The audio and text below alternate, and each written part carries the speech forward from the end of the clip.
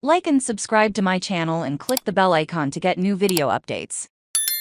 Overtown by Purvis Young brought the Tampa Museum of Art to life. Purvis Youngs Miami was a sweaty Miami, a stuffy urban Miami. No beaches, no ocean breezes, no nightclub bottle service. His Miami was the Overtown neighborhood, one of the city's traditionally African-American neighborhoods. Not Will Smith's Welcome to Miami. Miami Beach, gritty, not glamorous, poor, no pools. The Tampa Museum of Art lures visitors to Purvis Youngs Miami with a stunning, gallery-filling installation of the artist's assemblage paintings, reminiscent of Young's Goodbread Alley mural, dated 1971 by 1974. Young displayed his salon-style artwork from street level to sky on a stretch of unused storefronts in Overtown, creating a magnificent outdoor art installation, a gift to Miami, before city officials began dismantling it. In his day, the city removed the murals by Purvis Young. Murals are erected today to commemorate him. Young painted his observations, not pressments. Though unidealized, Young took pride in Overtown,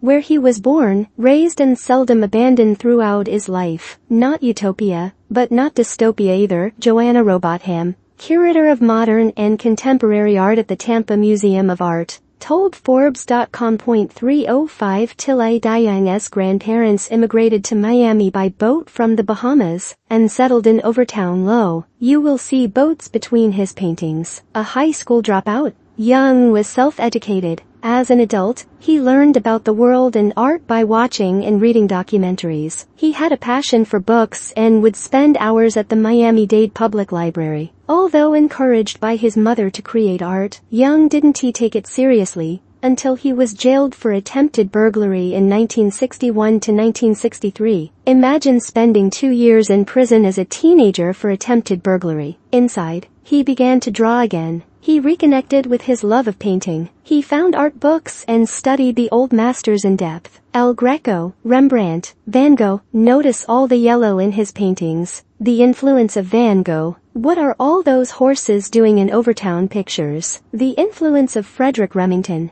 In the early 1970s, Young began painting regularly, though self-taught and not producing for market acceptance. The incredible amount of tracks featured on TMA clearly shows that he was a serious, daily practice. He wasn't a Sunday painter. Robotham describes it as a ritual. Young lived in the midst of his art. There was no division between Purvis Young the man and Purvis Young the artist. That is his true nature, Robotham said. Young's production was Overtown, both figuratively and literally. He made his work from found objects, things from the neighborhood, discarded wood, windows, fragments of furniture, cabinets, doors, carpets, fabrics, cords and cables, nails, staples and brackets remain visible in his canvases. He pounded on the frames. This gives his work a rich material quality, three-dimensional depth, rough surfaces. The objects on which Young tells his stories have their own stories. His color palette, fiery red, golden yellow,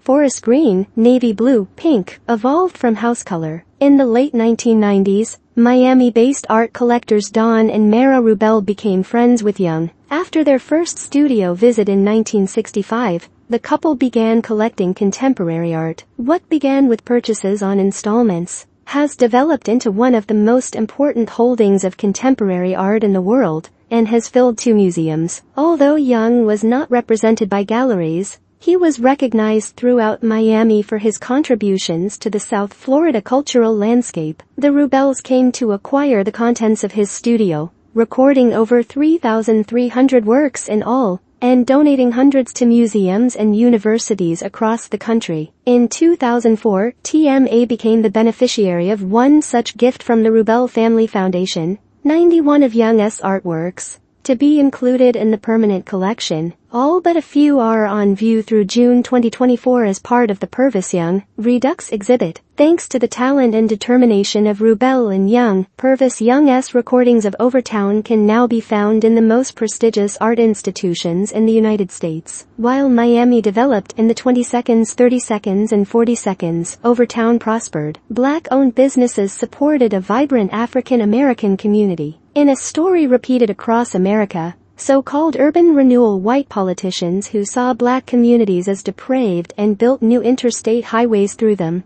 destroying the communities in the process. Visited Overtown in the 60s. The results were catastrophic. Miami built I-95 to run straight through the heart of Overtown, dispossessing homeowners, closing businesses, cutting the community in half. 10 lanes of concrete and traffic took the place of sidewalks and shops. Future public transit projects were routed through Overtown, further crumbling it. This